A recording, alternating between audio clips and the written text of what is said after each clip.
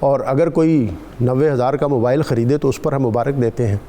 اس پر کبھی کسی نے نہیں کہا کہ اس کے بغیر بھی تو تمہارا گزارا ہو سکتا ہے, اس کو دوسروں کی مدد کے لیے کیوں نہیں صرف کرتے. ایک گاڑی ہوتے ہوئے جب ہم دوسری گاڑی لینے کے لیے جاتے ہیں تو اس وقت بھی ہم یہ بات نہیں کرتے. یہ سارے امور قربانی کی حقیقت کیا ہے, اس کی اصلیت کیا ہے, اس کی تاریخ کیا ہے, اور اس سے کس طرح ہم استفادہ کر سکتے ہیں اور ہمیں کرنا چاہیے.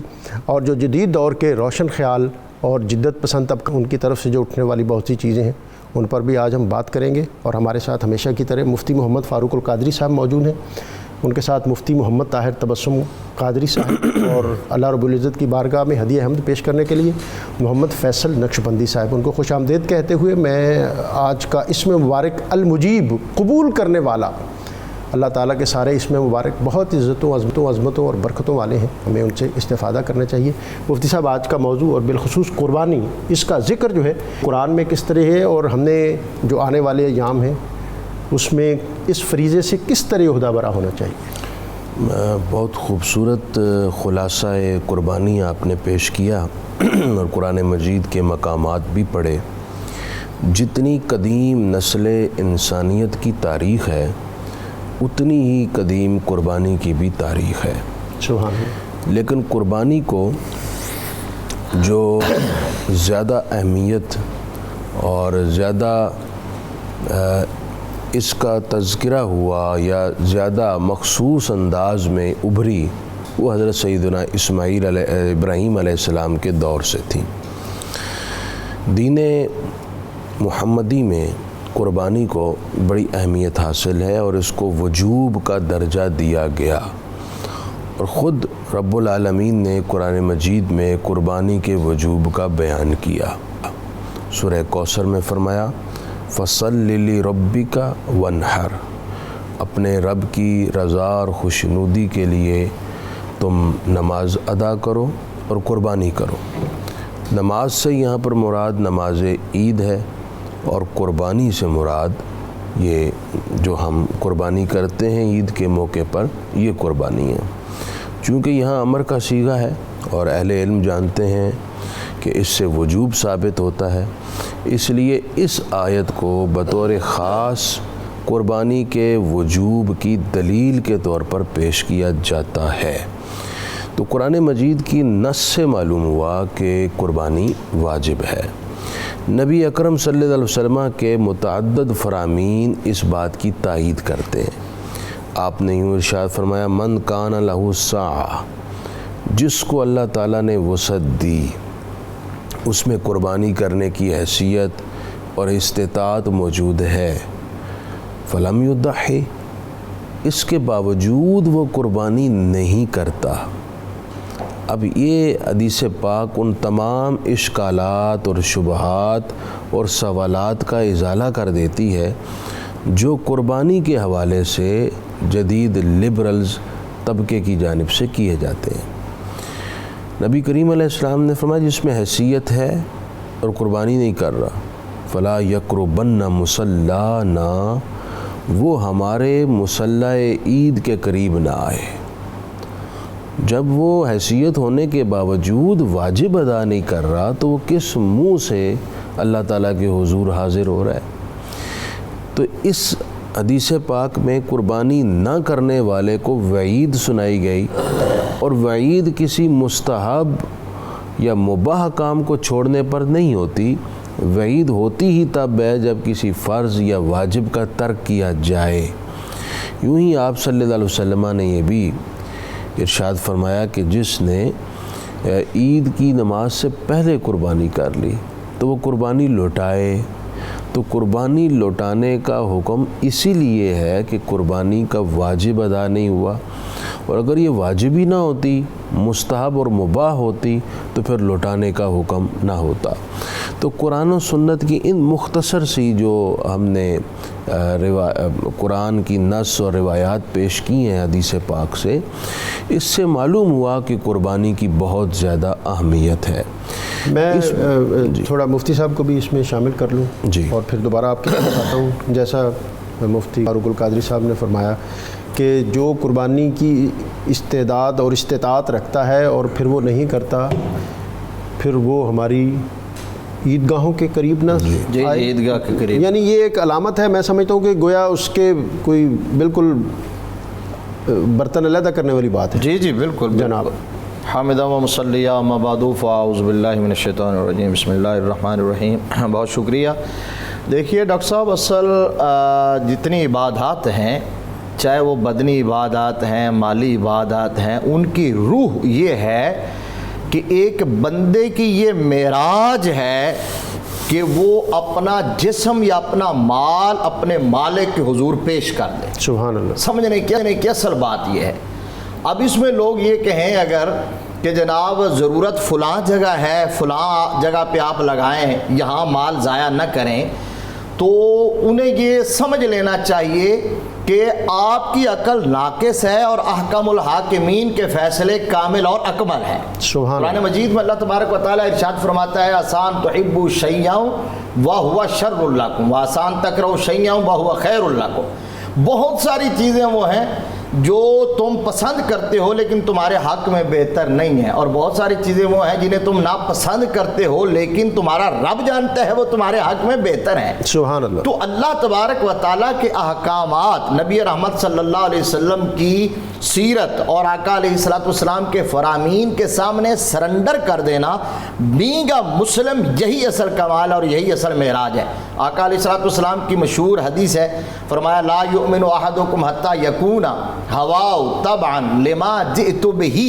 یہ ہماری خواہش نفس ہے نا، یہ ہماری عقل کے گھوڑے ہم دوڑاتے ہیں، اور ہماری عقل کافی اور شافی نہیں ہے، وہ ادراک نہیں کر سکتی، ہر چیز کی کنہ کو نہیں سمجھ سکتی. اقبال نے کہا تھا کہ گزر جا عقل سے آگے کہ یہ نور چراغ راہ ہے، منزل نہیں ہے. سبحان اللہ. اب آقا علیہ السلام نے فرمایا کوئی اس وقت تک مومن نہیں ہو سکتا جب تک کہ وہ اپنی خواہش نفس کو میرے لائے ہوئے دین اور نظام کے تابع نہیں کر سکتا. تو دین مصطفی کے اندر چونکہ قربانی واجب ہے، اور پھر دیکھیے نا کہ اگر اللہ تبارک و تعالیٰ یہی حکم دے دیتا جو اس نے اپنے خلیل کو دیا تھا تو ہم کیا کر لیتے؟ وہ تو بے نیاز ہے نا. اگر وہ کہہ دیتا کہ بیٹے اپنے ذبح کرو تو پھر ہمیں اس پر بھی تو عمل پیرا ہونا پڑتا. لیکن یہ اس کا کرم تھا جو اس نے ہمارے لیے وہ استطاعت رکھی ہے اور وہ بوجھ ہمارے اوپر لادا ہے جس کی ہم استطاعت رکھتے ہیں. لا یکلف اللہ نفسا الا وسعہا. اور پھر نبی رحمت صلی اللہ تعالیٰ علیہ وآلہ وسلم کے طفیل اور آپ کے وسیلہ سے، آپ کے وجود باوجود کے تصدق سے امت پر جو کرم ہوئے ہیں، جو عنایات ہوئی ہیں، جو نوازشات اور جو آسانیاں پیدا کی گئی ہیں، وہ تو شمار و قطار سے باہر ہے. مثلا قربانی ہی کے آپ اس ٹاپک کو لے لیجئے. آپ نے اپنے انٹرو میں کہا، مفتی صاحب نے ابھی فرمایا کہ قربانی کا ایک کانسیپٹ تو ابتدائے آفرینش سے ہے، اور وہ جو حضرت آدم علیہ السلام کے بیٹوں کی قربانی کا ذکر قرآن میں ہے، تو اس وقت یہ تھا کہ قربانی کی قبولیت کا طریقہ یہ تھا کہ اس کو رکھا جائے اور آگ آ کے آسمان سے اس کو کھا لے تو قبول ہو گئی. اب امت مصطفیٰ پر یہ کرم ہوا کہ اس قبولیت کے اس معاملے کو بھی صیغہ راز میں رکھ دیا گیا کہ کسی پر آشکارا نہ ہو کہ کس کی نیت میں کیا تھا. نیت درست کرنے کے لیے تو بات کہی گئی، لن ینال اللہ لحومها ولا دماؤها ولکن ینالہ التقوی منکم. یہ قربانی کی روح بیان کی گئی. فرمایا کہ اللہ کی بارگاہ میں یہ گوشت اور یہ جانوروں کے خون نہیں پہنچتے، اللہ کی بارگاہ میں تو تقوی پہنچتا ہے، نیتوں کا حال پہنچتا ہے. نیت خالص رکھو، لیکن کس کی قبول ہوئی کس کی قبول نہیں ہوئی، ہر ایک اسی امید پر جائے گا کہ میری قربانی میرے رب نے قبول فرما لی ہے.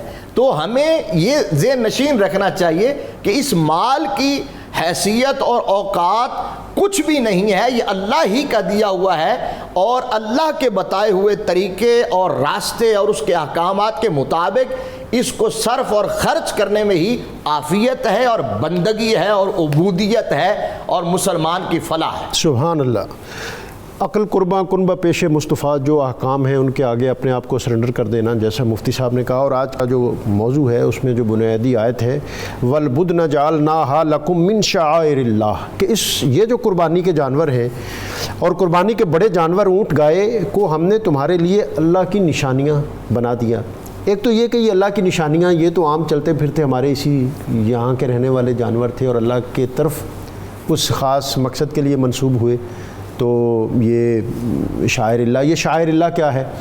اور دوسرا یہ ہے کہ اس کی فرضیت اور اس کا جو نصاب کس پر واجب ہے، کس پر واجب نہیں ہے، اور پھر اس کا طریقہ کتنے دن ہے، کیا ہے، جو اس کے مسائل اہم ہیں وہ بھی میں چاہوں گا کہ آپ بتا فرمائیں۔ جی، شعائر اللہ، اللہ کی نشانیاں، مفسرین کرام نے کہا ہے کہ یہ اللہ کے دین کی نشانیاں، سبحان اللہ، یہاں دین معذوف ہے، یعنی اللہ کے دین کی نشانیاں ہیں جو رسول پاک صلی اللہ علیہ وسلم لے کر آئے ہیں۔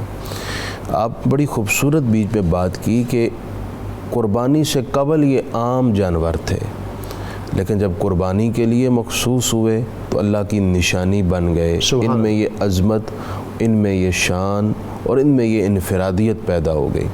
تو ہر وہ چیز جس کا انتساب اللہ اور اس کے رسول کی جانب ہو جائے، ان میں ایک وجہ سے کمال آ جاتا ہے، ان کی عزت کرنی چاہیے، توقیر کرنی چاہیے۔ اسی وجہ سے قربانی کے جانور کے بھی عزت و توقیر ہے، نہ اس پر سواری کر سکتے ہیں، نہ اس کو اپنے کسی ذاتی کام میں لا سکتے ہیں، حتیٰ کہ اس کا دودھ دھو کر بھی نہیں پی سکتے۔ اچھا، اس کو چند دنوں قبل خرید کر فقہا نے کہا مستحب اور افضل یہ ہے کہ اس کی خدمت کی جائے، اس کو نہلایا جائے۔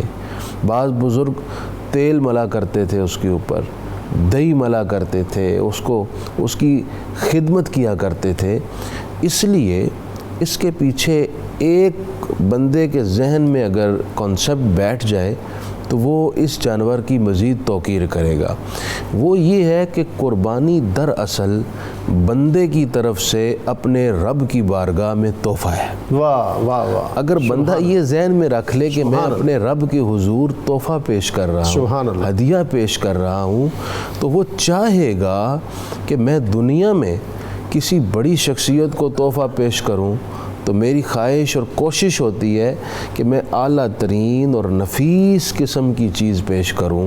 تو جب وہ رب کے حضور پیش کرے گا تو بھی اس کی یہی خواہش ہوگی کہ میں اعلیٰ سے اعلیٰ صورت کا جانور اس کی بارگاہ میں پیش کروں۔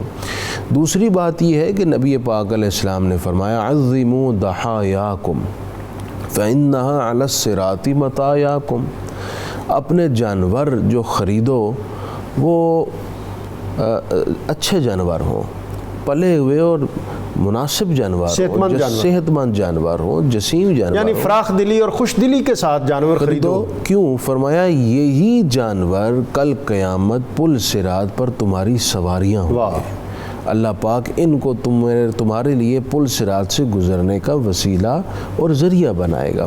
تو یہ ساری چیزیں سوچ کر جانور کے انتخاب میں بڑی فراخ دلی اور بڑی سنجیدگی چاہیے۔ اچھا، یہ جو آپ نے فرمایا کہ مشقت نہیں لینی چاہیے، ان سے ایک جانور 6 ماہ سے آپ کے پاس ہے اور آپ اس سے کھیتوں میں کام بھی لیتے ہیں، اور یکدم آپ کو خیال آیا یا آپ نے نیت کر لی کیا میں اس کی قربانی کروں گا، تو اس کو پھر اس مشقت سے روک لینا چاہیے۔ اب اس کو روک لینا چاہیے، کیونکہ آپ نے جب اسے قربانی کے لیے مخصوص کر لیا تو پھر اس کی حیثیت بدل گئی ہے۔ اب آپ نے اس سے خدمت لینی نہیں ہے بلکہ اس کی خدمت کرنی ہے، کیونکہ آپ نے اسے اللہ کی بارگاہ میں پیش کرنا ہے۔ اچھا جی، میں اب آتا ہوں اہم ترین مسئلہ۔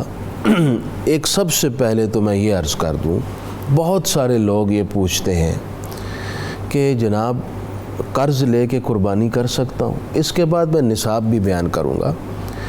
مجھ سے چند دنوں پہلے بھی ایک صاحب نے پوچھا کہ ہم ہر سال قربانی کرتے ہیں، اس سال اگر ہم نے نہ کی، اگرچہ ہمارے حالات اجازت نہیں دے رہے، نہ کی تو ہمارا برادری میں ناک کٹ جائے گا، وہ کہیں گے انہیں کیتی نہیں قربانی۔ تو سب سے پہلی گزارش تو یہ ہے کہ ایسی قربانی جو اپنا ناک اونچا رکھنے کے لیے آپ کر رہے ہیں، اس کا فائدہ کیا ہے؟ آپ کو کیا حاصل ہوگا دوسروں کو دکھا کے؟ جو شخص مقروض ہے اور اس کے پاس اب اتنی حیثیت نہیں ہے کہ وہ قربانی کر سکے، مفتی صاحب ایک تو شریعت نے اسے سہولت دی ہے وہ نہ کرے۔ ایک تو مقروض ہے مجبوری کا، ایک ہے شوق کا۔ آج کل ہر آدمی کسی نہ کسی طرح کہیں اچھا، وہ مقروض اس بات سے مستثنا ہے جو مقروض جس کی بہت ساری انڈسٹریز چل رہی ہیں اور وہ قرض پہ قرض لے کر مزید انڈسٹریز قائم کر رہا ہے، یہ مقروض اس کیٹیگری کا نہیں ہے جس کی ہم بات کر رہے ہیں۔ بہرحال میں نے دیکھا ہے کہ ایسے لوگ قربانیاں کرتے ہیں، لیکن جو غریب شخص ہے جس قرضے کی وجہ سے وہ مزید پریشان ہے، تو اب وہ مزید قرضہ لے کر قربانی اس لیے کر رہا ہے کہ میرا نام رہے اور برادری میں مجھ پر تانا زنی نہ ہو، اس کے لیے بہتر نہیں ہے، کیونکہ وہ دکھاوے کے لیے پیسہ ضائع ہی کرے گا۔ اب رہی یہ بات کہ قربانی کس پر واجب ہوتی ہے، یہ بڑا اہم مسئلہ ہے اور لوگ اس میں بہت زیادہ پریشان ہوتے ہیں۔ آسان سا یہ ہے کہ جس پر صدقہ فطر واجب ہے اس پر قربانی بھی واجب ہے، یعنی جس پر صدقہ فطر واجب ہوتا ہے۔ صدقہ فطر یا زکوٰۃ؟ زکوٰۃ کا تھوڑا سا اس میں ڈیفرنس ہے، میں پیش کر دیتا ہوں بات۔ جس شخص کے پاس 7.5 تولے سونا ہے صرف اور صرف، اس پر زکوٰۃ فرض ہوتی ہے، اس پر صدقہ فطر بھی فرض ہے، اس پر قربانی بھی فرض ہے۔ یہاں میں ضمناً ایک بات کہہ دوں، عورتوں کے پاس زیور ہوتا ہے، ان پر قربانی واجب ہوتی ہے، لیکن کرتا بیچارہ مرد ہے۔ مرد اگر خوش دلی سے کرے تو بیوی کی اجازت سے اور خوش دلی سے تو بہت اچھی بات ہے، آپ کی یہ بات سن کے۔ لیکن میں عرض کروں، بعض لوگ ہم سے مسئلہ پوچھتے ہیں، بیوی پر قربانی فرض واجب ہے تو بیوی کے واجب کو ادا کرنے کے لیے مرد پر کوئی شریعت نے بوجھ نہیں رکھا ہوا۔ بیوی پابند ہے شریعت کی کہ وہ اپنی وجوب کو خود ادا کرے، اس کے پاس اگر کیش نہیں ہے تو سونا بیچ کے قربانی کر لے۔ یعنی اسی طرح پھر اس سے یہ بھی اخذ کر لیا جائے کہ اگر اس کے پاس زیور ہے، بہت سا زیور ہے تو زکوٰۃ کا بھی ہے۔ لیکن بعض گھروں میں یہ معمول چلا آ رہا ہے کہ میاں حضرات ماشاءاللہ صاحب استطاعت ہیں، وہ اپنی بھی دیتے ہیں، اپنی وائف کی بھی کرتے ہیں۔ ان کو میں کہوں گا میری بات سن کے گھر میں جھگڑا قائم نہ کریے گا، آپ جس معمول سے دے رہے ہیں دیتے رہیں۔ یعنی جو روایت آپ کے یہاں چلی آ رہی ہے اس کو آپ مفتی صاحب اس پہ کچھ مزید اضافہ فرما دیں۔ جی وہ ادا ہو جاتا ہے۔ جی مفتی صاحب نے بڑی اچھی بات کہی ہے، اور آج کے دور میں جو چیزیں سمجھنے والی ہیں وہ یہی ہے کہ قربانی کی ایک اہمیت کیا، اور میں یہ کہا کرتا ہوں کہ یہ ایک سمبولک چیز ہے۔ قربانی کا مطلب یہ ہے کہ آپ ہر اس چیز کو راہ خدا میں قربان کرنے کا جذبہ رکھتے ہو جس کا تقاضا کیا جائے تم سے۔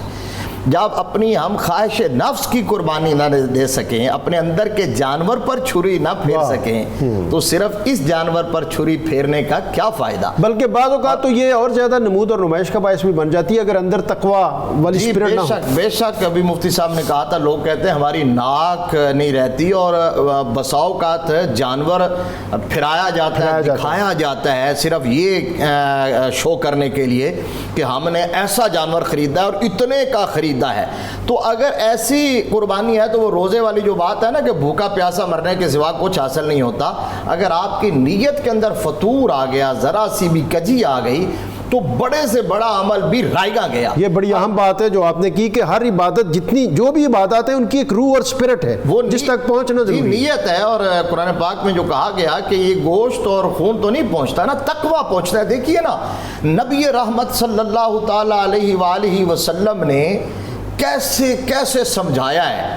جب صحابہ اکرام رضوان اللہ علیہم اجمعین نے پوچھا تھا کہ ما ہذہ الاضاحی، تو اس میں ابھی مفتی صاحب نے بیان کیا تھا، یہ لفظ بڑے روح کو تازگی بخشتے ہیں کہ نبی رحمت صلی اللہ علیہ وسلم نے فرمایا سنت ابیکم، تمہارے باپ ابراہیم۔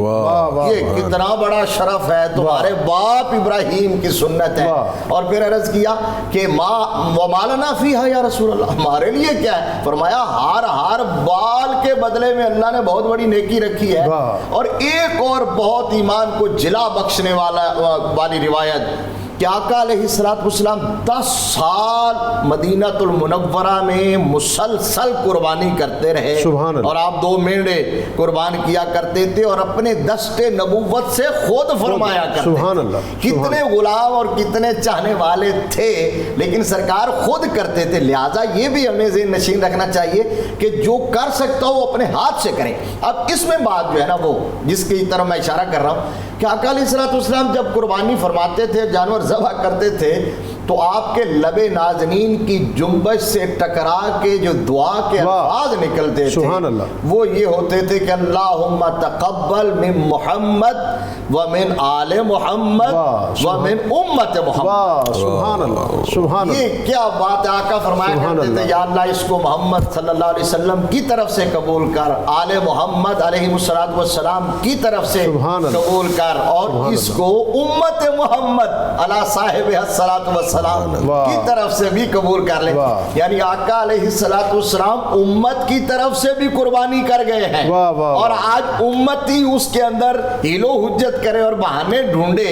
اب میں جب رات بھی دوبارہ اس کو ریوائز کر رہا تھا, یہ روایت سامنے آئی نا, تو اس وقت میرے ذہن میں یہ بات اجاگر ہوئی. میں نے کہا کہ اپنی قربانی تو صاحب نصاب پر ضروری ہے نا, اپنے بعد والدین ہوں یا کوئی بھی ہو, سب کی بعد میں ہو جس کو اللہ توفیق دے, پہلے کریم آقا کے نام کی قربانی, جنہوں نے اس وقت یاد رکھا جب ہمارا بھی وجود ہی نہیں تھا. اور پھر آقا کریم صلی اللہ علیہ وسلم نے ایک روایت میں یہ فرمایا یہ میری طرف سے بھی قبول کر لے یا اللہ, اور میرے امت کے ان لوگوں کی طرف سے, میرے ان غلاموں کی طرف سے جو قربانی کرنے کی استطاعت نہیں رکھتے. اور میں ابھی یہ بھی اور تفصیل لوں گا آپ سے, ہمارے ساتھ کالر ہے, میں یہ بھی جاننا چاہوں گا کہ نبی صلی اللہ علیہ وسلم نے حضرت مرتضیٰ کو یا دیگر اپنے اہل بیت کو کیا حکم فرمایا کہ میرے بعد اس سلسلے کو کس طرح آگے بڑھانا. السلام علیکم. جی یوسف صاحب آپ کو خوش آمدید. کیا حال ہے جناب؟ ٹھیک. جی حافظ محمد یوسف صاحب جاوریاں سرگودا سے, خوش آمدید آپ. میرے دو سوال ہیں, ذرا غور سے سن لینا. ایک یہ ہے کہ بیرون مکہ کے لوگ جو حج کے لیے جاتے ہیں جناب, وہ ہے مسافر, مقیم تو ہے نہیں. اب وہ جو قربانی کرتے ہیں تو ان کی قربانی کون سی ہے؟ ایک تو بات یہ ہوگی جناب, بیرون مکہ سے جو لوگ حج کے لیے جاتے ہیں ان کی قربانی کون سی ہے؟ وہ قربانی جو کرتے ہیں وہ کون سی قربانی ہے؟ واجب تو ان پر ہے نہیں, یہ کون سی کرتے ہیں؟ ایک جناب, اگر وہ قربانی جو کرتے ہیں اس کے علاوہ اگر وہ 15 دن سے زیادہ انہیں رہنا نصیب ہو جائے تو کیا دوسری قربانی بھی کریں گے؟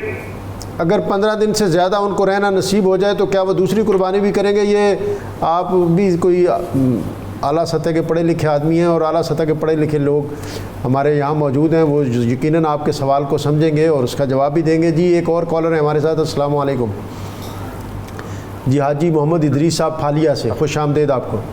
السلام علیکم. وعلیکم السلام جناب. سر جی میرا سوال یہ ہے کہ قربانی کا جو جانور بکری کا جانور ہے اس کے لیے کھسی ہونا ضرور, کوئی عذر تو نہیں ہے کہ نہ کھسی نہ ہو؟ جی یہ جناب ان کا کویسچن ہے آپ کے سامنے. جی ایک اور کالر ہے ہمارے ساتھ.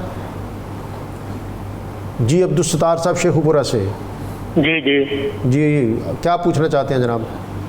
کٹے کی قربانی کے بارے پوچھنا چاہتے ہیں جناب. یہ جائز ہے یا کہتے ہیں عام حضرات کہتے ہیں کٹے کی قربانی نہیں ہوتی, اس کے بارے پوچھنا چاہتے ہیں. کٹے کی قربانی نہیں ہوتی. جی ایک طارق صاحب ہیں ہمارے ساتھ جناب. السلام علیکم, اوکاڑا سے, خوش آمدید.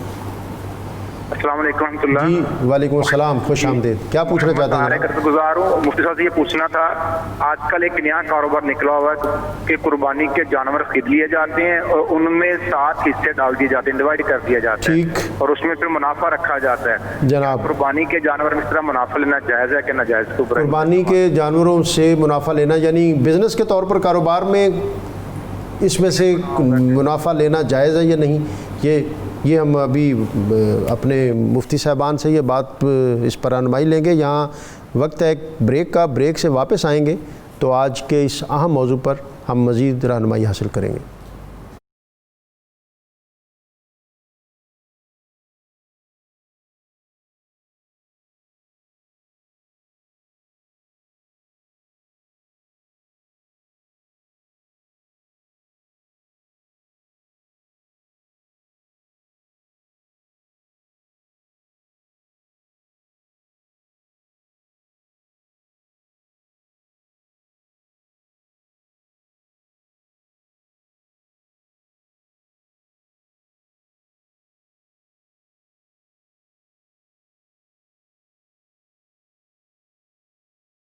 نور قرآن میں آپ کو ایک مرتبہ پھر خوش آمدید. یہ ماہ ذوالحجہ کا پہلا عشرہ اور آنے والے ایام جو ہیں وہ قربانی کے حوالے سے, جسے ہم یادگار خلیل, سنت ابراہیمی, نبی اکرم رسول محتشم صلی اللہ علیہ وسلم اپنی ان نسبتوں کو ہمیشہ بہت اعزاز اور اکرام کے ساتھ دنیا کے سامنے بیان فرمایا کرتے تھے، اور آپ فرماتے تھے کہ آنا ابن الذبیحین، میں 2 ذبیحوں کا بیٹا ہوں۔ ایک ذبیح حضرت اسماعیل ذبیح اللہ، جن کو ان کے جلیل القدر اور اولوالعزم باپ حضرت ابراہیم علیہ السلام نے 100 سال کی عمر کے آخری حصے میں اللہ تعالیٰ سے دعائیں مانگ کر حضرت اسماعیل کو حضرت ابراہیم نے لیا، اور عمر کے آخری حصے میں جب آپ نے دیکھا کہ ان کا مشن اور تحریک جو ہے وہ کس طرح آگے بڑھے گی اور ان سارے امور کو کون سنبھالے گا، اور پھر اللہ رب العزت کی بارگاہ میں دعا کے لیے ہاتھ اٹھائے، ربی حب لی من الصالحین، کہ یا اللہ صالحین میں سے ایک ایسا فرزند عطا کر جو ان چیزوں کو، جو کعبے کی نگہبانی کر سکے، جو توحید کے اس پرچم کو سربلند رکھ سکے۔ فبشرناہ بغلام حلیم، پھر اللہ تعالیٰ نے ایک حلیم اور بردبار بیٹے کی خوشخبری عطا کی، اور وہ بیٹا جو عمر کے آخری حصے میں، کہ جب انسان ڈھل رہا ہوتا ہے اور وہ اپنے بیٹے کو، بچے کو دیکھ کر اس کی تمنائیں اور آرزوئیں اور امنگیں جوان ہوتی ہیں، اس مرحلے پر ایک عظیم آزمائش کہ حکم ہوا کہ اب اپنے اس بیٹے کو ہمارے راستے میں قربان کرو۔ فلما بلغ معہ السعی قال یا بنی انی اری فی المنام انی اذبحک فانظر ماذا تری، کہ میں تجھے ذبح کرتے ہوئے دیکھتا ہوں۔ اور جیسا مفتی صاحب نے کہا کہ اگر یہ روایت چل جاتی اور چل پڑتی اور اللہ کے راستے میں حضرت اسماعیل کے گلے کو چھری کاٹ دیتی، اور پھر قیامت تک اگر یہ طریقہ اور سنت انسانیت کے لیے لازم ہوتی، تو پھر کیا مناظر اور مظاہر جو ہیں وہ دنیا دیکھتی اور ہمیں دیکھنے کو ملتے۔ اور اللہ تعالیٰ نے صدقت الرؤیا، اے ابراہیم تو نے اپنے خواب کو سچا کر دیا۔ حضرت ابراہیم علیہ السلام نے اپنے بیٹے کو لٹا لیا اور ان کے اوپر چھری پھیرنے کے لیے تیار ہو گئے، اور فلما اسلما وتلہ للجبین، اور پھر دونوں باپ بیٹا انہوں نے سر نیاز جھکا دیا اور اپنے آپ کو سرنڈر کر دیا، اس کی بارگاہ میں پیش کر دیا۔ اور پھر اللہ رب العزت کی بارگاہ سے صدا آئی، فنادیناہ ان یا ابراہیم قد صدقت الرؤیا، اے ابراہیم تو نے اپنا خواب سچا کر دکھایا، انا کذالک نجزی المحسنین، اور ہم اسی طرح انعام اور جزا اس سے نوازا کرتے ہیں۔ ان ھذا لہو البلاء المبین، واقعی یہ بہت بڑی آزمائش تھی، یہ شہادت گہ الفت میں قدم رکھنا ہے۔ لوگ آسان سمجھتے ہیں مسلمان ہونا۔ انا ابن الذبیحین، ایک ذبیح حضرت اسماعیل علیہ السلام اور دوسرے ذبیح حضرت عبداللہ رضی اللہ تعالیٰ عنہ، نبی اکرم رسول محتشم صلی اللہ علیہ وسلم کے والد گرامی حضرت عبد المطلب نے یہ منت مانی تھی کہ اگر اللہ مجھے 10 بیٹے دے تو پھر ان میں سے میں ایک بیٹا اللہ کے راستے میں قربان کر دوں گا۔ اور مختصر یہ کہ اللہ نے 10 بیٹے جلیل القدر، عظیم المرتبت، حضرت حمزہ، حضرت ابو طالب، حضرت عباس، بڑی بڑی شخصیات، 10 بیٹے جب ہوئے تو پھر حضرت عبد المطلب جو ہیں ان کو اپنی وہ جو منت ہے وہ یاد آئی۔ 17 یا 18 سال حضرت عبداللہ کے ہیں، اور پھر آپ نے اپنے بیٹوں کے سامنے اپنی اس خواہش اور منت کا اظہار کیا، تو بیٹوں نے جو کہ حضرت ابراہیم علیہ السلام کی اصل اور حضرت اسماعیل علیہ السلام کی نسل سے تھے، انہوں نے سر تسلیم خم کر دیا۔ انہوں نے کہا کہ ابا جان آپ اپنی منت کو پورا کیجئے۔ اور پھر جو قرآن اندازی ہوئی اور اس میں حضرت عبداللہ نبی اکرم رسول محتشم تاجدار ختمی مرتبت صلی اللہ علیہ وسلم کے والد گرامی، ان کا نام نکلا۔ اور پھر یہ ایک طویل واقعہ ہے کہ بالآخر آپ کا فدیہ 100 اونٹ اللہ رب العزت کی بارگاہ میں پیش کرتے ہوئے یہ منت جو ہے اس کی بجاوری ہوئی، اور نبی اکرم صلی اللہ علیہ وسلم ان واقعات کو، اپنی نسبتوں کو دنیا کے سامنے پیش کرتے رہے۔ اور یہ قربانی جو ہے یہ انہی جذبوں، ولولوں اور امنگوں کی یاد ہمیں دلاتی ہے۔ مفتی صاحب سوال آج کے آپ کے سامنے جناب۔ جی، پہلا سوال کیا گیا کہ حاجی پر قربانی کے حوالے سے، حج قران یا حج تمتع کرنے والے پر حج کے شکرانے کے طور پر ایک قربانی لازم ہوتی ہے۔ سبحان اللہ۔ اس کے علاوہ اگر حاجی مسافر ہے تو اس پر جو ہر سال قربانی کی جاتی ہے وہ قربانی لازم نہیں ہوگی۔ اگر وہ استطاعت رکھتے ہیں اور باوجود مسافر ہونے کے قربانی کرتے ہیں تو بہت افضل ہے، بہت ثواب ہے۔ اور اگر حاجی مقیم ہیں وہاں پر تو پھر ان پر حج کے شکرانے کے علاوہ کی قربانی بھی لازم ہوگی۔ دوسرا سوال یہ کیا گیا کہ بکرا، خصی بکرے کی قربانی افضل کہی گئی ہے اور نبی کریم علیہ الصلوۃ والسلام نے ایسے ہی بکرے ذبح فرمائے تھے۔ تیسرا سوال ایک تھا کہ جی کیا کٹے کی قربانی بالکل جائز ہے، بشرطے کہ اس کی عمر 2 سال پوری ہو تو اس کی قربانی بھینس کی بھی جائز ہے، کٹے کی بھی جائز ہے، بلا کسی شک و شبہ کے اس پر ائمہ دین کا اجماع ہے، کی جا سکتی۔ میں مفتی صاحب یہ بھی جاننا چاہوں گا کہ یہ قربانی کے جو دنوں کے خاص امور، ایک تو آپ نے اپنی ابتدائی گفتگو میں فرمایا کہ لوگوں کو بہت زیادہ جلدی ہوتی ہے، بعض اوقات یہ خدشہ بھی ہوتا ہے کہ عید کی نماز اور قصاب اور یہ ساری چیزیں ہم نے عید کے دن بڑی اور جلدی گوشت تیار ہو اور پھر کھانے جلدی تیار ہو، اور پھر ہمارے فریزر جو ہیں وہ بھی ہم بڑے صاف ستھرے کر لیتے ہیں ان دنوں، اور پورا بکرا جس کو ہم اللہ کے راستے میں قربان کرتے ہیں تو کھل کے علاوہ باقی پھر ساری چیزیں ہم اپنے فریزر میں ڈال دیتے ہیں۔ قربانی کا گوشت جو ہے اس کے کیا احکام ہیں، اور پھر یہ جو ایام ہیں خصوصاً قربانی کے، اس کے حوالے سے ہمیں کیا ان خاص ایام میں کرنا چاہیے؟ میں آپ کی بات سے پہلے آپ کی اجازت ہو تو نصاب کی بات مکمل کر دوں۔ 7.5 تولے سونا اگر صرف سونا ہے، چاندی ہے تو 52.5 تولہ، اور اگر کچھ سونا ہے کچھ چاندی ہے کچھ پیسے پڑے ہوئے ہیں تو 52.5 تولہ چاندی کے پیسوں کے برابر پیسے ہوں تو قربانی واجب ہوگی۔ اس پر نہ سال گزرنا ضروری ہے، اگر عید کی صبح بھی کسی بندے کے پاس اتنا نصاب ہو گیا تو بھی اس پر قربانی کرنا واجب ہوگا۔ دوسری بات اس میں یہ بھی ہے کہ اگر کسی شخص کے پاس ضرورت سے زیادہ کوئی سامان پڑا ہوا ہے جو اس کے استعمال میں نہیں ہے، اگر اس کی قیمت بھی 52.5 تولہ چاندی کے پیسوں کے برابر بن جاتی ہے تو بھی اس پر قربانی واجب ہے۔ اچھا، یہ 52.5 تولہ چاندی کے جو پیسے ہیں اس وقت تقریباً 75,000 بنتے ہیں، یعنی جس کے پاس 75,000 روپیہ ہے اس پر قربانی واجب ہے۔ اب ہم آتے ہیں اس بات کی طرف۔ دیکھیں، قربانی کا پہلا دن سب سے افضل دن ہے، پھر اس کے بعد دوسرا دن، پھر تیسرا دن۔ تیسرے دن سے آگے قربانی کا کوئی تصور نہیں ہے، صرف 3 دن ہی قربانی ہے۔ دوسری بات یہ ہے کہ گائے اور جو بھینس ہے یا اونٹ ہے اس میں 7 حصے ہیں، جو اس کے علاوہ جانور ہیں جیسے بکرا، بکری، دمبا، بھیڑ وغیرہ، یہ صرف ایک شخص کی طرف سے ہی ایک جانور ہو سکتا ہے۔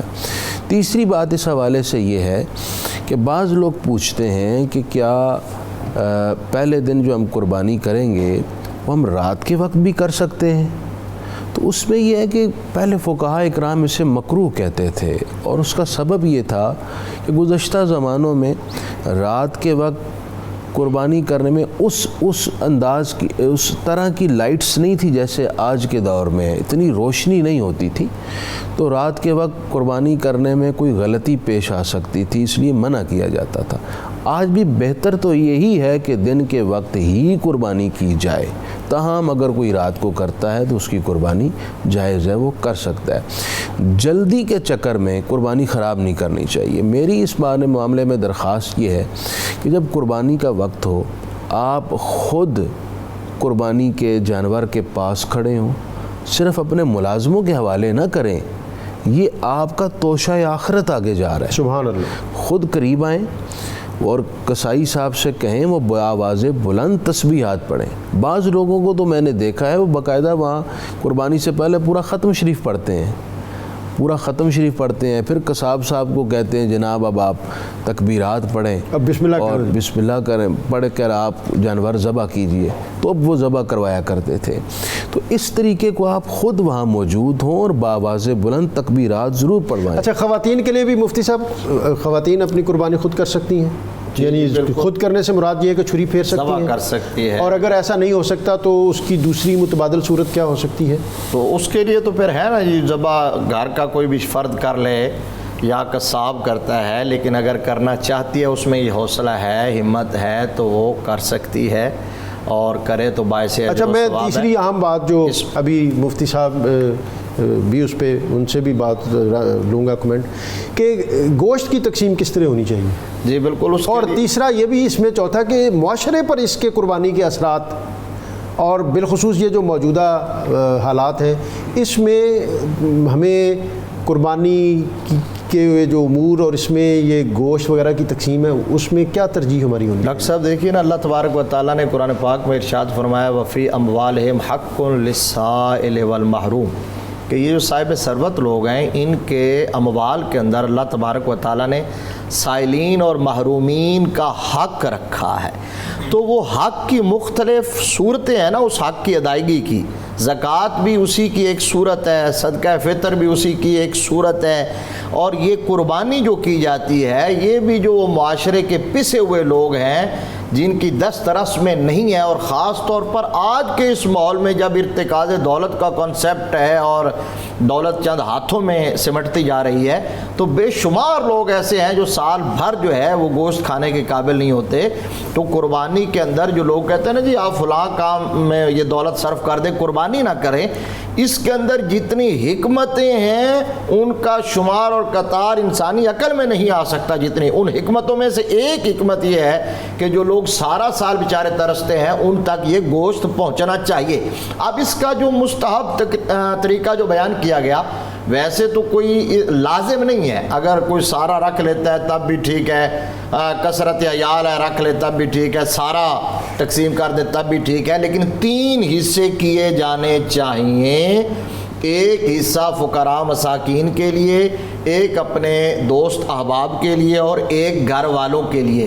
لیکن یہ تو ہے جرنلی، لیکن اگر کوئی بندہ سارا سال اس کے فریزر سے گوشت ختم ہی نہیں ہوتا، بکرے پورے پڑے رہتے ہیں، تو وہ قربانی کر کے اس کو تقسیم کرے تاکہ زیادہ سے زیادہ لوگ اس سے استفادہ کر سکیں.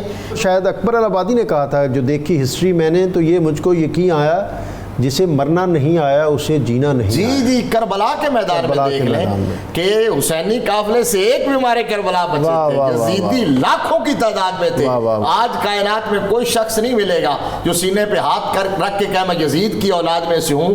لاکھوں کروڑوں ملیں گے جو فخر سے سر بلند کر کے کہیں گے میں حسین ابن علی کی اولاد. اور آج جس موضوع پر ہم بات کر رہے ہیں اس کے حوالے سے تو اقبال نے بھی پھر بطور خاص یہی کہا تھا کہ غریب و سادہ و رنگی ہے داستان حرم، نہایت جس کی حسین ابتدا ہے اسماعیل، کہ حضرت ابراہیم علیہ السلام نے تو الٹا لٹا دیا کہ گلے پر چھری چلتے ہوئے کہیں جو شفقت پدری ہے وہ امڑ نہ آئے. لیکن کربلا کے ریگزار پر امام علی مقام نے تو اپنے جوان سال علی اکبر کے وجود کے ٹکڑوں کو کربلا کے میدان سے چنتے ہوئے اپنے دامن میں سمیٹا اور پھر آسمان کی طرف منہ کر کے کہا کہ یا اللہ تیرے اس بندے نے اپنی سب سے قیمتی متاع تیری بارگاہ میں پیش کر دی. آج کے موضوع کے حوالے سے ایک تو کہ اس کو کنکلوڈ بھی کر دیں اور ایسی اختتامی حتمی بات جو اس حوالے سے بہت زیادہ ضروری ہو اور قربانی کی جو صحیح اسپرٹ اور روح ہے اس تک ہمیں پہنچنے کے لیے وہ ممید بھی ثابت ہو. جی ایک تو بات صرف کھال ہی نہیں بلکہ میں مفتی صاحب کی بات کے ساتھ ایک بات اور ملاؤں گا کہ پورے ملک میں پیسہ گردش کرتا ہے.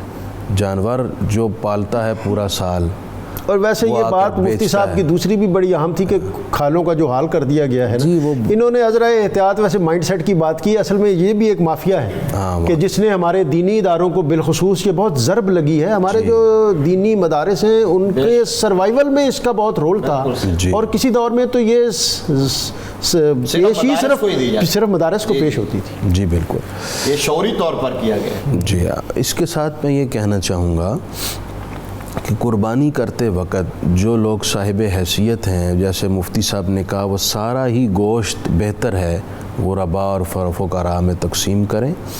میں اس بات ایک ساتھ یہ ملانا چاہوں گا جو صاحب حیثیت لوگ ہیں وہ اپنی قربانی کے علاوہ اپنے ماں باپ کو نہ بھولا کریں. بالخصوص ان ماں باپ کا آپ پر حق ہے.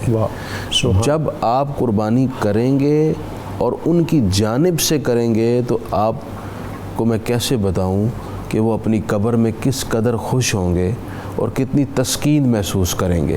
حدیث پاک میں ہے کہ جب کوئی زندہ شخص اپنے فوت شدہ کو ثواب پیش کرتا ہے۔ اچھا مفتی صاحب، یہ ہمارے چل رہا ہے جو ایک ٹکر بھی کہ آسٹریلین گائے اور شتر مرغ وغیرہ، اس کی قربانی کے حوالے سے بھی مختصر آسٹریلین گائے کی قربانی بالکل جائز ہے، وہ گائے ہے نا، گائے ہے وہ، تو گائے کی قربانی جائز ہے۔ البتہ شتر مرغ کی قربانی جائز نہیں ہے، اسی طرح ہرن کی قربانی جائز نہیں ہے۔ بعض لوگ سوال کرتے ہیں جی گھوڑے کی قربانی جائز ہے، تو گھوڑے کی قربانی اچھا یہ ابھی میں نے دیکھا ہے اسکرین پہ ٹکر ایک یہ بھی چل رہا ہے کہ قربانی کا آپ نے جانور لیا لیکن کچھ ہی عرصہ یا تو وہ گم ہو گیا یا وہ مر گیا۔ اگر بندہ صاحب استطاعت ہے، صاحب حیثیت ہے، جس پر قربانی واجب تھی، تو اس کا جانور اگر مر گیا یا گم ہو گیا، بھاگ گیا، تو اس پر واجب ہے کہ وہ دوسرا جانور خرید کر قربانی کرے۔ لیکن اگر بندے پر قربانی واجب نہیں تھی، اس نے شوقیہ باوجود غریب ہونے کے ایک ارینج کیا، ادھر ادھر سے پکڑ دھکڑ کے اس نے ایک جانور لے لیا کہ میں ذبح کروں گا، اللہ کی بارگاہ میں پیش کروں گا، اس کا جانور مر گیا یا بھاگ گیا، گم ہو گیا، تو اس پر دوسرے جانور کی قربانی واجب نہیں ہوگی۔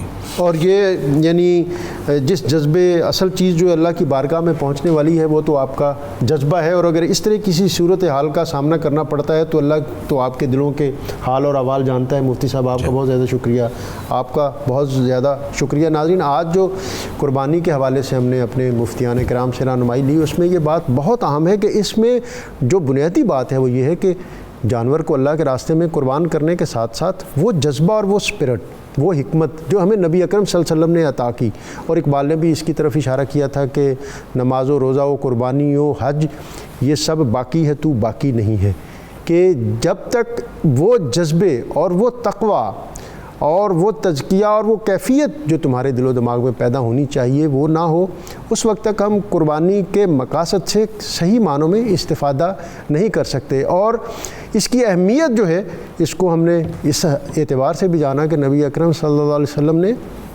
اپنے آخری حج کے موقع پر 100 اونٹ، جس میں 63 اونٹ آپ نے از خود ذبح فرمائے، اور سیرت نگار لکھتے ہیں کہ 5 اونٹ جو ہیں وہ پیش ہوتے تھے نبی صلی اللہ علیہ وسلم کے سامنے، اور اونٹ جو ہیں وہ بڑی عاجزی انکساری کے ساتھ اونٹ کو ذبح کرنا بہت مشکل ہے، لیکن نبی اکرم صلی اللہ علیہ وسلم کے سامنے اپنی گردن پیش کرتے تھے۔ اور امیر خسرو نے کہا تھا کہ ہما آہوان صحرا سر خود نہادہ برکف با امید آنکھ کے روزے تو شکار خواہی آمد، کہ اے کاش تیرے ہاتھ سے ہماری گردن جو ہے اس کے اوپر چھری چلے۔ اور پھر آپ نے جو بقیہ اونٹ تھے وہ حضرت علی المرتضیٰ کے ذمے کیے، انہوں نے اس کی قربانی دی، اور اس کو یوم النحر، یہ 10 ذوالحجہ آپ نے اس روز بھی آپ نے ایک خطبہ ارشاد فرمایا، اور جس میں آپ نے فرمایا کہ دنیا گھوم کے آج اس مقام پر آ گئی ہے جہاں جس مقام سے اس دنیا کا آغاز ہوا تھا، اور آپ نے فرمایا کہ اللہ تعالیٰ نے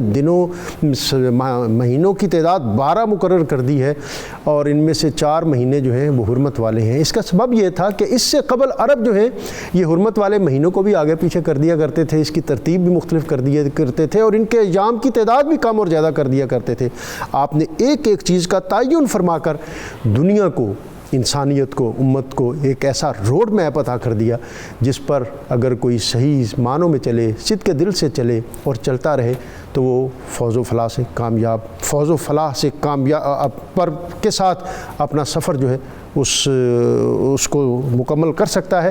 اللہ تعالی ہم نے آنے والے ایام اور یہ جو عشرہ ہے اس کی برکات سے سرفراز کرے۔ وظیفہ آج کا والقاظمین الغیظ والعافین عن الناس واللہ یحب المحسنین۔ اگر کسی شخص کو بہت زیادہ غصہ آتا ہو تو وہ سورہ آل عمران کی یہ آیت 134 بار پڑھ کر چینی پر یا کسی میٹھی چیز پر اس کو دم کرے اور 21 روز تک اس کو استعمال کرے تو وہ اس کا غصہ جو ہے وہ ختم ہو جائے گا، وہ نارمل ہو جائے گا۔ اللہ تعالیٰ ہمارے جذبوں کو صداقت عطا کرے۔ اللہ رب العزت کی بارگاہ میں ہدیہ حمد کے لیے محمد فیصل نقشبندی۔ ہو کرم ہو کرم ہو کرم ہو کرم مولا ہو کرم ہو کرم ہو کرم یا خدا ہو کرم ہو کرم خدا میرے مولا تو سن لے میری التجا ہو کرم ہو کرم ہو کرم یا خدا رحم کی بھیک دے بخش دے ہر خطا ہو کرم ہو کرم ہو کرم یا خدا میں گنہگار ہوں میں سیاہ کار ہوں تیری رحمت کا لیکن طلبگار ہوں میں گنہگار ہوں میں سیاہ کار ہوں تیری رحمت کا لیکن طلبگار ہوں بخش دے